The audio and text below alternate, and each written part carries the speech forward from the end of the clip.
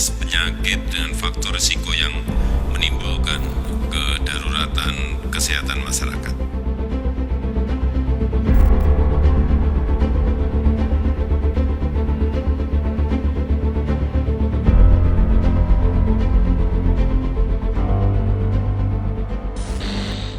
Sahabat milenial, di antara kalian pasti sudah merasakan dampak dari virus corona kan? Virus ini telah ditetapkan sebagai pandemi oleh WHO, yang berarti wabah penyakit global yang menyebar di seluruh dunia. Dilansir dari laman CNN Indonesia, hingga tanggal 31 Maret 2020, sudah ada 1.528 kasus di Indonesia. 136 orang diantaranya meninggal dunia dan 81 lainnya dinyatakan sembuh. Terus melonjaknya penyebaran virus corona membuat pemerintah membuat himbauan untuk physical distancing dan melakukan segala aktivitas di rumah. Hal tersebut bertujuan untuk meminimalisir penularan. Ternyata pada zaman Rasulullah juga pernah terjadi wabah penyakit menular dan menerapkan social distancing loh sahabat milenial. Tapi sebelum kita lanjutkan membahas kebijakan social distancing yang terjadi zaman Rasul, jangan lupa like dan share video ini ke orang terdekat kamu. Dan bagi sahabat milenial yang belum subscribe, yuk subscribe dulu dan nyalakan loncengnya supaya tidak ketinggalan cerita-cerita menarik dari Muslim milenial.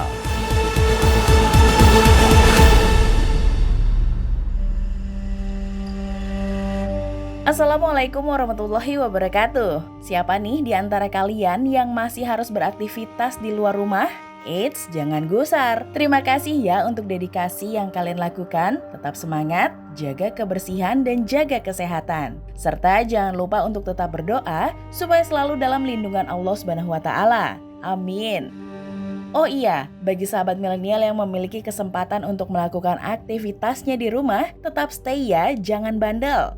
Ikuti arahan pemerintah untuk physical distancing supaya kita bisa ikut andil dalam meminimalisir penyebaran virus COVID-19. Sahabat milenial tahu nggak kalau dulu di zaman Rasulullah juga pernah terjadi wabah penyakit menular loh dan diberlakukan kebijakan isolasi dan social distancing. Wah, bagaimana ya social distancing di zaman Nabi Muhammad SAW dan apa sih bedanya social distancing saat itu dengan physical distancing yang terjadi hari ini? Berikut adalah rangkuman Muslim Millennials. Let's check it out.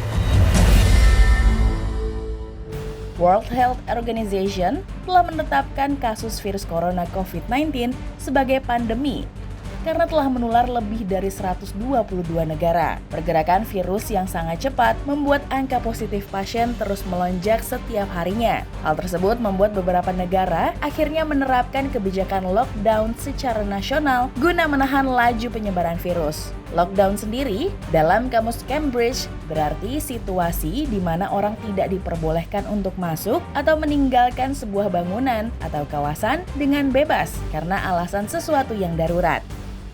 Sampai saat ini, pemerintah Indonesia belum menerapkan kebijakan lockdown secara nasional. Presiden mengumumkan bahwa kebijakan social distancing atau yang berarti menjaga jarak antar manusia adalah kebijakan yang cocok diterapkan di Indonesia. Namun pada 20 Maret 2020, WHO menghimbau untuk mengubah frasa social distancing menjadi physical distancing. Perubahan tersebut bertujuan untuk mengklarifikasi bahwa perintah untuk berdiam diri di rumah demi mencegah virus corona adalah untuk menjaga jarak fisik, bukan untuk memutus kontak dengan teman atau keluarga secara sosial. Karena bagaimanapun, teknologi yang berkembang sangat pesat saat ini tetap dapat menghubungkan kita ke banyak orang meski terpisah jarak secara fisik. Manfaatkan internet dan media sosial untuk tetap terhubung dengan orang terkasih. Pemerintah menghimbau untuk belajar, bekerja, serta beribadah di rumah saja. Masyarakat diminta untuk mengisolasi diri secara mandiri di dalam rumah dan menjauhi keramaian agar dapat memutus rantai penyebaran virus corona. Sekalipun tetap harus berada di luar rumah, masyarakat diminta untuk tetap menjaga jarak aman, minimal 1 meter. Namun ternyata masih banyak masyarakat nih yang sulit untuk disiplin terhadap kebijakan physical distancing. Padahal sejak zaman Rasulullah, ketika terjadi wabah penyakit menular, Rasulullah telah menerapkan kebijakan serupa loh. Hanya saja yang diterapkan saat itu adalah social distance yang berbeda dengan physical distancing hari ini. Karena kemajuan teknologi yang berbeda yang belum memungkinkan di zaman itu untuk tetap terhubung saat terpisah jarak.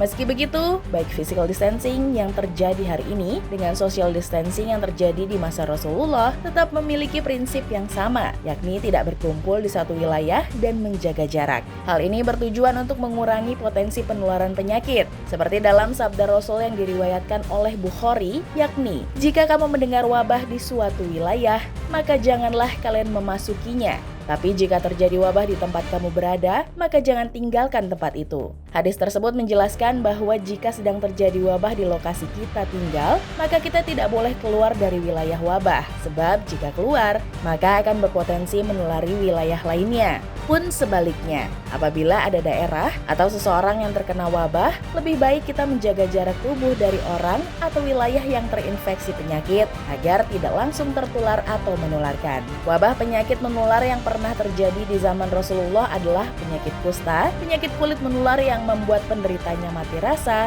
tubuh melemah, hingga menyebabkan kematian. Selain di masa Rasulullah, wabah penyakit menular juga ada di masa Khalifah Umar bin Khattab. Wabahnya diberi nama wabah Ta'un Amwas, yakni penyakit menular yang menyebabkan benjolan di seluruh tubuh, yang terus tumbuh hingga pecah, akhirnya membuat penderita mengalami pendarahan hingga kematian. Cerita mengenai wabah Ta'un dikisahkan dalam buku biografi Umar bin Khattab, karya Profesor Dr. Ali Muhammad Ash-Shalabi. Suatu hari, Umar bin Khattab bersama sahabat-sahabatnya melakukan perjalanan menuju Syam. Tapi sebelum memasuki Syam, di perbatasan mereka mendengar sebuah kabar tentang wabah penyakit kulit yang menjangkit wilayah tersebut. Dan mereka bersepakat untuk mengikuti hadis Nabi untuk tidak masuk ke daerah Syam yang sedang mengalami wabah dan kembali pulang ke Madinah. Saat itu wabah Ta'un Amwas telah merenggut ribuan nyawa, termasuk para sahabat terbaik Umar bin Khattab. Kemudian sahabat Umar lainnya, yakni Amir bin Ash, membuat pengamatan dan memetakan permasalahannya. Kemudian ia menyimpulkan bahwa penularan terjadi saat orang-orang berkumpul. Akhirnya Amr bin Ash memberikan rekomendasi untuk mengatasi wabah tersebut dengan cara memerintahkan penduduk untuk tidak saling berinteraksi, tidak berkumpul, tetapi tidak pula kemana-mana dari area yang sudah diisolasi. Akhirnya penduduk Amawas berpencar, ada yang tinggal di gunung, di gua, di perkebunan, dan tempat-tempat lainnya, yang penting tidak berkumpul bersama di suatu tempat. Dan sahabat milenial, hasil dari rekomendasi Amr saat itu efektif loh. Akhirnya wabah tersebut bisa dikendalikan dan tidak ada lagi penularan pada yang sehat. Prinsip dari rekomendasi yang diberikan oleh Amr bin Ash untuk mengatasi wabah penyakit menular adalah dengan tidak melakukan kontak fisik, menjaga jarak antara satu orang dengan orang lainnya. Rasulullah SAW juga menganjurkan untuk isolasi bagi yang sedang sakit dengan yang sehat, agar penyakit yang dialaminya tidak menular kepada yang lain. Sebagaimana hadis Nabi SAW, "Janganlah kalian mencampurkan yang sakit dengan yang sehat." Hadis riwayat Bukhari. Aktivitas tersebutlah yang merupakan social distancing di zaman itu. Sedikit berbeda dengan yang terjadi saat ini dan diterapkan di Indonesia, dikenalkan dengan nama physical distancing, yang berarti menahan diri untuk tidak keluar rumah, mengurangi interaksi kontak fisik, serta menjaga jarak.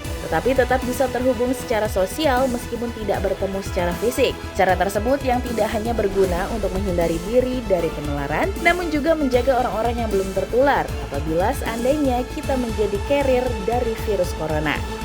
Physical distancing dapat menekan angka penularan, serta membantu rumah sakit untuk lebih fokus merawat pasien yang sudah positif terpapar virus. Rumah sakit jadi tidak berlebihan pasien, proses penyembuhan pun dapat dilakukan dengan aman. Nah, maka dari itu sahabat milenial, jika bukan untuk keperluan yang genting dan mendesak, tetap stay di rumah aja ya. Mari kita bersabar menahan diri untuk tetap berada di dalam rumah dan menghindari kerumunan. Usahakan tetap melakukan kegiatan produktif di rumah sambil berdoa supaya Allah segera mencabut cobaan virus COVID-19. Dan jika sahabat milenial terpaksa harus tetap beraktivitas di luar rumah, sebaiknya selalu menggunakan masker dan menjaga kebersihan dengan rajin cuci tangan menggunakan sabun dan air mengalir ya sahabat milenial.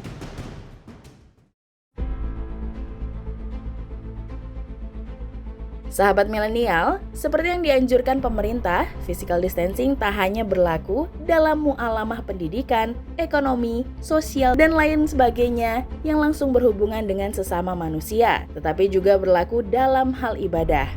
Pada tanggal 16 Maret 2020, Majelis Ulama Indonesia atau MUI melarang pengadaan sholat Jumat di wilayah yang kondisi penyebaran virus COVID-19 tidak terkendali yang mengancam jiwa sampai kondisi kembali normal. MUI mengatakan umat Islam tidak boleh menyelenggarakan sholat Jumat di wilayah yang terjangkit wabah dan wajib menggantinya dengan sholat zuhur. Selain sholat Jumat, aktivitas ibadah yang melibatkan banyak orang yang diyakini dapat menjadi media penyebaran virus corona juga tidak diperbolehkan, seperti jamaah sholat 5 waktu, sholat tarawih dan id, serta menghadiri pengajian umum atau majelis taklim. Bukan hanya di Indonesia saja yang menganjurkan untuk tidak melakukan aktivitas ibadah secara kolektif. Langkah serupa pun sebelumnya telah ditempuh oleh Arab Saudi menutup pintu bagi jemaah umroh, bahkan mengosongkan Ka'bah dari para jamaah. Hal tersebut menunjukkan adanya kegentingan yang luar biasa untuk mencegah tersebarnya virus corona dalam jumlah yang lebih luas. Melaksanakan ibadah secara berjamaah memang dianjurkan bagi setiap muslim. Namun yang lebih penting daripada ibadah adalah keselamatan bagi setiap umat. Jadi sahabat milenial, di dalam khazanah Islam, menunaikan ibadah harus senafas dengan upaya untuk menyelamatkan jiwa. Dan relevansi pada situasi yang terjadi hari ini, sikap tegas para ulama untuk meniadakan aktivitas ibadah secara berjamaah bertujuan untuk memastikan keselamatan warga dalam jumlah yang lebih besar. Ibadah harus mengedepankan kemaslahatan bersama. Sebab jika tidak diadakan pencegahan, maka akan menimbulkan kemudaratan yang lebih besar.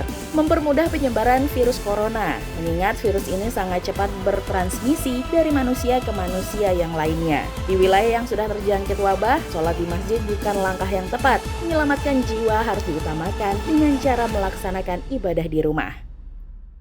Kebijakan sholat di rumah juga sempat terjadi di zaman para sahabat Nabi Muhammad SAW. Saat itu, hujan dan jalanan berlumpur, beresiko menyulitkan para muslim yang hendak menunaikan sholat bersama-sama di masjid. Sehingga dianjurkan untuk sholat di rumah saja. Ajakan menunaikan sholat di rumah itu membuat berubahnya redaksi azan yang semula mengajak sholat di masjid menjadi sholat di rumah. Seperti hadis yang direwayatkan dari Bukhari dan Muslim dari Abdullah bin Harits dan Abdullah bin Abbas, bahwasanya Rasulullah SAW berkata kepada seorang muazin saat terjadi hujan lebat, apabila engkau selesai mengucapkan asyhadu an la ilaha illallah, asyhadu anna Muhammadar Rasulullah, maka janganlah engkau ucapkan hayyalah sholah, tetapi ucapkanlah shollu fi biyutikum, yang berarti sholatlah di rumah kalian.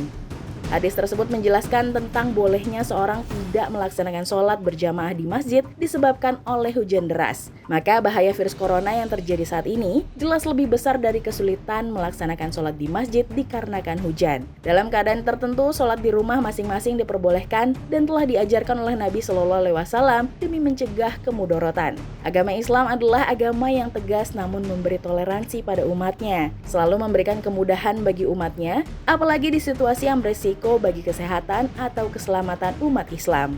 Dengan sholat di rumah, umat Islam diharapkan tetap sehat dan terhindar dari infeksi virus COVID-19.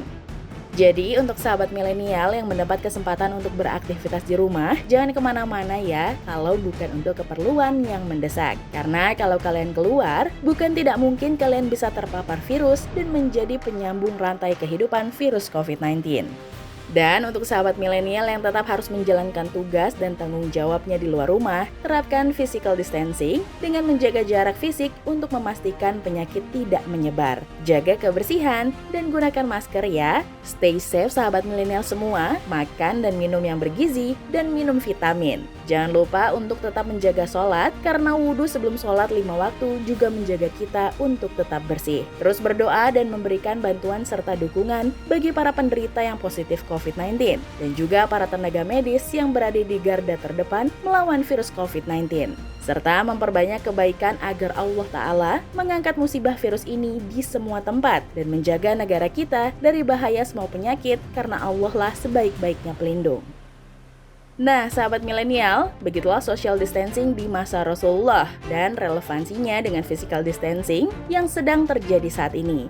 Semoga tayangan ini menambah wawasan sahabat milenial semua agar tetap mengikuti arahan pemerintah dan memahami bahwa arahan tersebut juga sesuai dengan anjuran yang pernah disampaikan oleh Nabi Muhammad SAW. Untuk sahabat milenial yang sedang sakit, semoga segera diangkat penyakitnya. Semoga Allah Subhanahu wa Ta'ala senantiasa menjaga dan melindungi kita dari segala wabah virus yang berbahaya. Amin. Sekian dulu dari kami, tanpa bermaksud menggurui. Akhirul kalam. Wassalamualaikum warahmatullahi wabarakatuh.